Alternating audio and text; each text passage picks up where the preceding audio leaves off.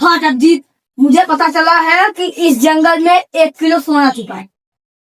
नहीं सारुण के यहाँ कुछ तो गड़बड़ है, जरूर कोई ना कोई गड़बड़ है। अजीत, उसे कैसे भी करके ढूंढना है। Yes sir. चलो तो कहते हैं। चलो। देखिए ये हमारे कुछ मशीन है। जी सर। ये लेकिन छोटे हैं यार, इसे कैसे बड़ा कर। हाँ हो गया। चलो विजय और अभिजीत, जी सर। तुम लोग उधर जाइए, हम लोग इधर जाते हैं। Yes sir. Okay sir.